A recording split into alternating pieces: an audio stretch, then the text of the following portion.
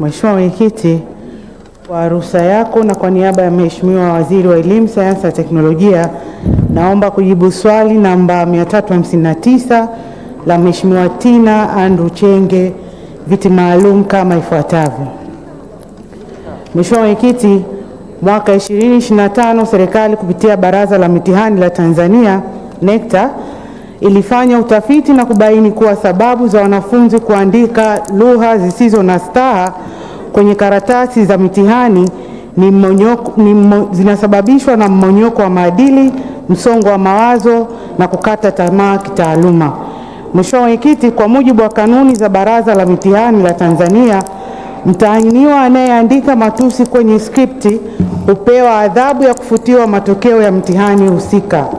Hivyo, baraza limekuwa likiziandikia shule ambazo zimebainika kuwa na watahiniwa wanaoandika matusi na lugha zisizo na staha katika mitihani ili kuwaasa wanafunzi wao kutoandika lugha hizo.